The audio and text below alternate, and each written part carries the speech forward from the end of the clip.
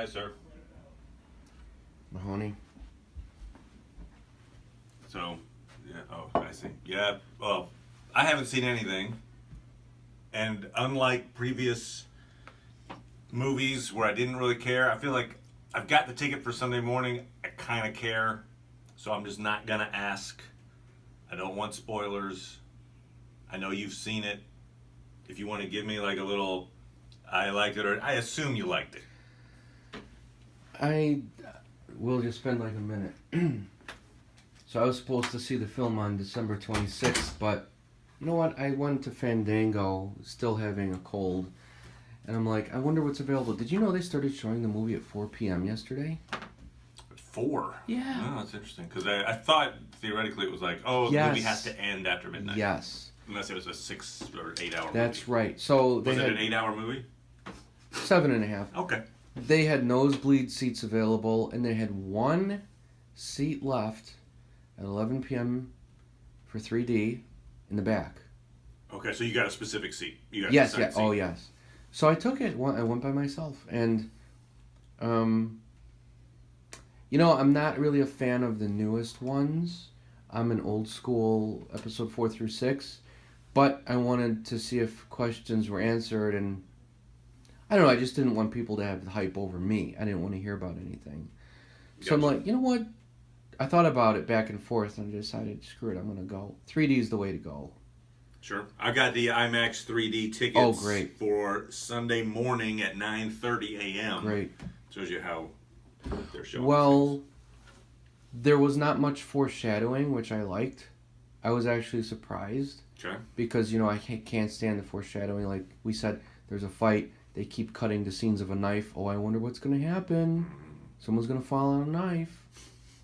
Don't fall on a knife. I hate the insulting the audience in that way. This didn't do that. I mean, yes, there were a couple scenes that they kind of did that. But however, what they were setting up, you were not expecting. Okay. All questions were answered, but a couple of them weren't. But it doesn't matter. I like how you said that. All questions were answered, but a couple of them weren't. All right, then. Okay. Meaning the questions not answered, I guess they... Not important. Not important. It's like, who cares? But they're important to me and us. Gotcha. Like, where does Rey come from? That's not one of them. Okay. Or maybe it is. Good. I like the ambiguity there. But right, like for instance, if Luke had to know, how does a bill become a law? He doesn't care, right? It doesn't matter to him. But I wonder what that, so I get it. Like, where does... information that's not important to the main characters. Exactly. It's like, where does Rey come from and why does she have these powers? What's the secret formula of Kellogg's Frosted Flakes? Yeah. It doesn't matter in the context. Right. It's like, so why didn't they answer that? Again, maybe they did. Or maybe they have to say something for episode 9. Maybe. But you know what? This ended well. It ended clean and neat as a perfect setup to the next one. And there was no cliffhanger. Like, so it's not so it's in that way it is not like Empire Strikes Back. No, not at all. Okay. It's more of like an episode 4. Okay. Where it ends clean. But, something else is going to happen because Vader spins out of control. He's still out there. Yeah. So it ends clean. It could have ended on its own, but it's not going to. It's like an episode 4. They did a really good job. This is more of... it focuses on all the characters and their issues and how they resolve them, which was neat. Okay. It's not just like a story about Rey, who's her parents. Like, the last one, episode 7, was kind of focused more on Rey, right? You would say? Well, sure. Who is she? Who's this girl? Where's she going? She's got powers. Who's her parents? It was mainly on her. This one kind of focuses on everybody in their own little issues that they need to resolve and how they resolve the conflict in their lives. And how they work together. Sounds like, from what I got out of the trailers, and you can tell me if I'm wrong, but it does feel like as opposed to, I'm going to make another Lord of the Rings reference because I always do that. Everything comes back. So, Fellowship of the Ring, the Fellowship's all together doing a single quest. Oh, we're doing this thing together. Then, Two Towers, boop, boop, boop, they all split up. And now you've got like 3 separate adventures happening simultaneously. Yeah. And so the group, the people that they're all doing their own thing. Yeah, I'll give you that. Yeah. And that's kind of the classic Star Wars formula, like Jedi, Luke is battling Vader, then there's the space battle going through the... Oh, right. You're talking about like the big last battle. It's yeah. Got like the one-on-one, and then the big army versus army, and then there's some other little thing. And then there's Endor and the forest floor, There is not that, but there's individual conflict and battles for each. Well, you saw one of them with, of course, there's Finn with Captain Phasma. Yeah. So that you saw that in the trailer, right? So there's the one battle. So it's things like that, and it's done really well. Mark Hamill does a great job in acting, and he really brings himself into the role. Okay. So you're saying he dresses up as the Joker at some point? Yeah, you could say that in a way. Yeah, you actually could. Oh, okay. All right. He brings something else to the role that you don't quite expect. It's not such a dark film. There are dark parts. As dark as when Snoke shows up. You know how it's like that. Oh, sure. Get the music. Yeah. That's as dark as it gets. It's not like this crazy dark, weird... Sounds like when the furnace came on in my high school. Yeah. Oh, great. We're going to be warm today. But like you said, or someone said, Finn is like comic relief. Luckily in this film, he's not that much comic relief. Okay. And I thought it was going to be that way, and I can't stand that character. But I did kind of find myself liking him a little bit in this film. Good. He does a good job. The movie's long, but it doesn't feel long. Yeah, it's 2.5 hours. I didn't know that. So I left the theater at like... the longest of the Star Wars movies. Wow. It doesn't feel lengthy at all. It's just perfect. So you were getting out of the theater at like 1:30 or something? Yeah, like 10 to 2, man. And you're here at work. I'm here, yeah. Boom. Fresh as a daisy. Getting up at 5 a.m. That's right. Wow. It's like, did I shower? I don't even remember. Was your family like okay with you? It's like... I didn't tell them. They went to bed. I'm like, see ya. Okay. I was by myself. It was the first film I ever saw by myself. There was this fat white lady sitting next to me, sleeping. Probably had some popcorn. Oh, no, okay. Sawing logs next to me, snoring. And her teenage daughter kept not, prodding her to wake up. So at the... I went to see one of the Marvel movies recently. I'm blanking at the moment, but we can see it at IMAX. Packed theater. The guy next to us, this is Jackie and I. The guy next to us had like 8 individually wrapped tacos. Oh my god. And he spent the entire movie unwrapping them. Oh man. That would drive me through the wall. Then eating the taco. Balling up the thing. Next one. I mean, I was like, you couldn't have picked a worse food. And yet, why do you have so many? And they're individually wrapped. All right, anyway. That was not... You didn't have that. That's worse than the story I had about The Force Awakens with this teenage kid next to me who kept screwing around with the straw in his drink and making noises with everything else he could find. And finally, I'm like, oh my god. Shut the beep up. I lost my mind because this is Star Wars. Okay, I'm gonna say this is episode 7. I've been waiting how many years, and you're gonna screw off? The best one, and actually, it ended up being okay. And it was just, I actually felt bad for the kid, despite the fact that I was like, oh god, this kid is gonna. So we go to see Force Awakens, IMAX, of course. There's a family behind us of 4, family of 4. Movie hadn't started yet. Lights are still up in the theater. Kid starts crying. And he's repeating over and over again, I don't want to die. I don't want to die. And you could tell, like, the mom is exasperated, like, and I'm not look, I'm trying deliberately not to look because I don't want to, like, but I hear the mom go, "What are you talking about?" And what I get from his talk is that I think the dad sold him on IMAX as like, oh, IMAX isn't like a typical movie. It's like you're in the movie. And so he thought Kylo Ren was going to kill him during this movie.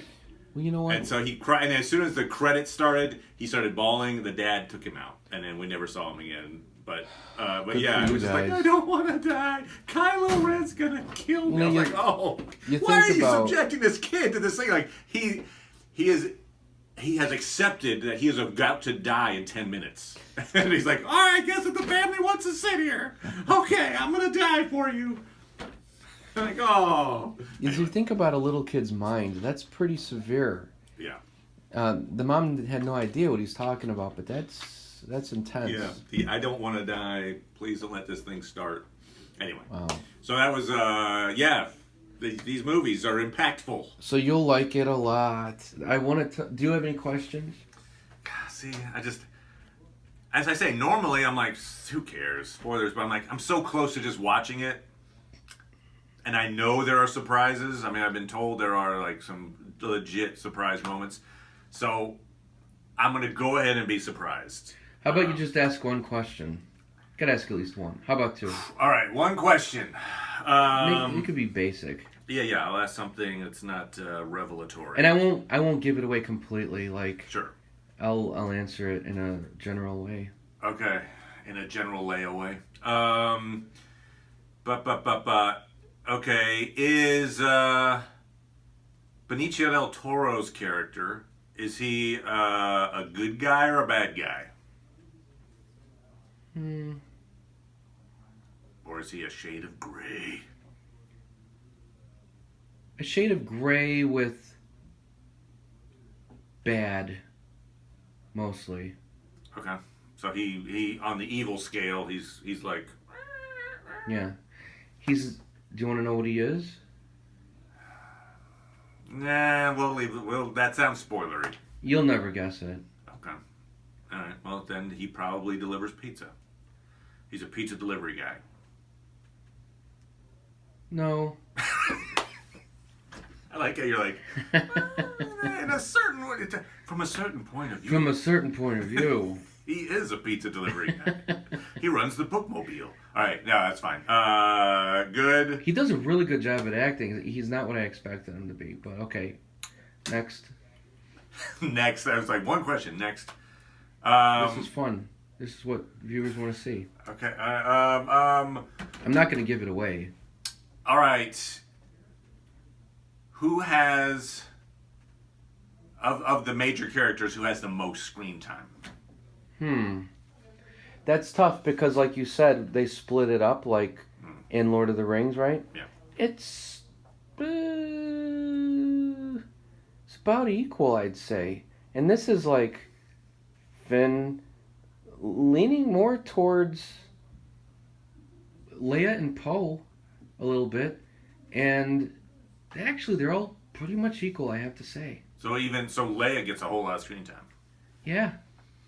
Cool. She gets more screen time than the last film. I'll say that. Okay. Are there any notable locations that we didn't see in the trailer? You know, like what we saw in the trailers was we saw a little bit of the casino planet. Yeah. We saw a little bit of Crate, the planet with the salt, and then we saw like the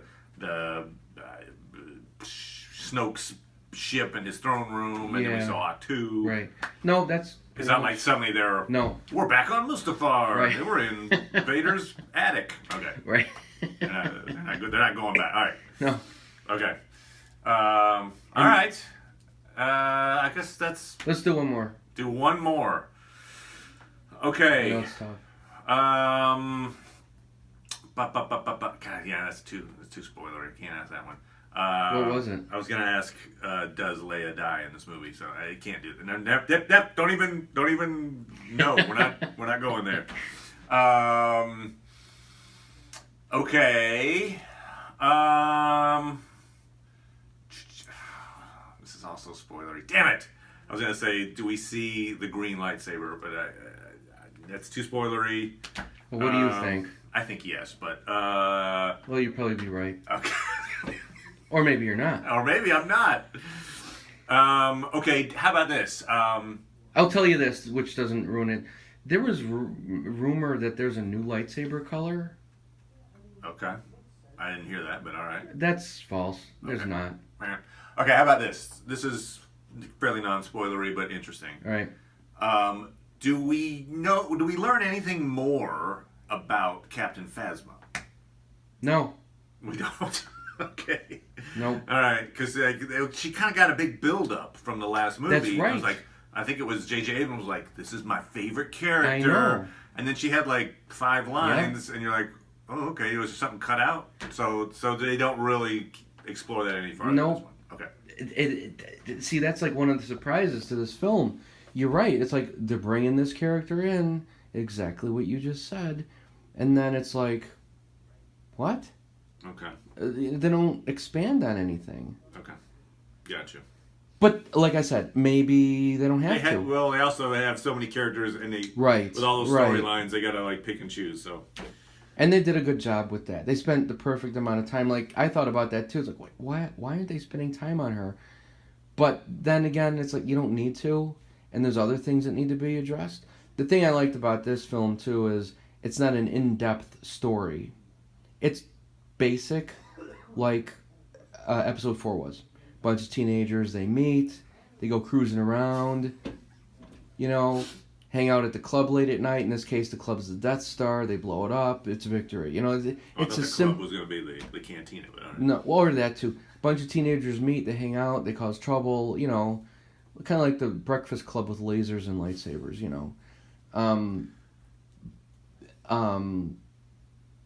I like that simple story, and I think that was a great chemistry and a great way to tell that story. The first couple Star Wars films were too political. Like I was watching C-SPAN, like I said. This one is more basic. I like it. Cool. And I will say that it does not copy any other film, which is nice. Like The Force Awakens was like almost like a carbon copy of 4. There's a cantina, and then they blow up the Death Star, and then I assume there's a crawl in the beginning. Yes, there's a crawl. Yeah. Maybe there's not. Maybe not. That's not spoilery. No, you have to have the crawl. Yeah. And I've noticed, of course, which way's the camera going to pan? Right? Sometimes it's up, sometimes it's mostly down, left. They did something different with The Force Awakens. But anyway, yes, there's the crawl. It's the music, I assume, is a combination of the various themes that John Williams has done throughout. Really good soundtrack. I'm going to have to pick it up. Ask something else.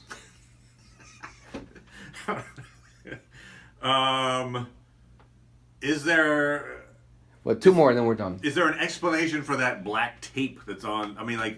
I assume it's something that... That's from when she got him with the lightsaber. Yeah, but right? is that a Band-Aid? Is that a first order Band-Aid? That's a good question. They never addressed that. Okay, so I assumed it was some kind of like, I got to heal my scars with this really noticeable black. I'm like, even in our now we've got like Clearasil that's skin colored. Like he's like, no, I'll cover up these scars with giant piece of black tape. It's like surgical tape that looks like a black plastic spine. Or he put like a part of a rubber tire on his face. All right, anyway, so but that's not a... Nope. They don't have some moment where he's like, I must take out surgical tape 5B. No, that would probably be in the same column as, what are midi-chlorians? Yeah. Okay. Which I assume don't show up in this movie. Nope. Okay, good. Okay, one more. Okay. I think this is not spoilery. We see in the trailer, and I think it's also in like the Lego set, in Snoke's throne room, he's got this big device that kind of hangs out next to his throne. Mm-hmm. Are we informed in this movie what that thing does? No. Okay. Interesting. I was putting a lot of significance on that thing. No, I kind of did too, and they don't do anything. So it's just kind of like a set piece. Yeah, maybe it's not like a this is where I keep my brain or anything like that. Right? No, it's like a coat rack or something. Okay. All right. It does nothing. Snoke's coat rack. Right. All right. Awesome. I'm looking forward to this. I'm going to be there in a couple days. We're going to do a spoiler cast next week. Probably early in the week. I did post a spoiler cast when I was driving home. Oh, okay. On my Rotter Studios channel. Nice. I just went blah. And how about the time when he killed so and so? All right. And then Obi-Wan showed up. Oh wow. No, he doesn't. Okay. Maybe he does. Maybe he does. Force Ghost. But probably not. But probably you'll not. have to see. Maybe. Okay. Yeah. Cool. No, this is exciting. I'm looking forward to it. I'm glad you enjoyed it. You'll like it. Because I know you've been kind of hot and cold on these things. Yeah. This was done in a very good way. Being a cinematographer, I loved the way they set things up. And I can't tell you what they set up. I can't say. We'll talk about it during the spoiler. But it was really nice for me because all right, let me just tell you one thing. Well, okay, this doesn't ruin anything. I can guess that they might be setting up I think we know from books and stuff that Snoke is from the unknown reaches of space. Mm-hmm. And I think that's kind of where Rian Johnson's next trilogy might be taking place, perhaps. And so maybe they're talking about the area that Snoke's from and kind of filling in a backstory with that. Right, but I'm just throwing that out as a guess. But that might not be what you were saying. No. What I was saying is when I was a kid and I saw episode 4 in the theater, the one thing, I was a little guy, and one thing that really got me is when John Williams, that string section came in when Luke was overlooking the desert, the orange suns. That was a really powerful scene. Mm-hmm. And as a little kid, like 5 years old, that really pulled at me. It was strong. And with the Force. Yeah. So I'll say that scene was there again. It was like reaching back to the old Luke. He looks out and he looks out at the sun when he's in deep thought about all these things on his mind. And that was really neat. It was like, wow, they're taking you back to when he was not anything except a farm boy, and now he's this master Jedi, and he's in deep thought, and he's looking back to the sun again. It was a nice reflection on himself. Cool. So that doesn't ruin anything. Yeah, no. But it was really neat to see that they referenced something from where it all started. Cool. And there's another really powerful scene, too, that I really enjoyed, which I'm not going to say anything. All right. But it was so cool.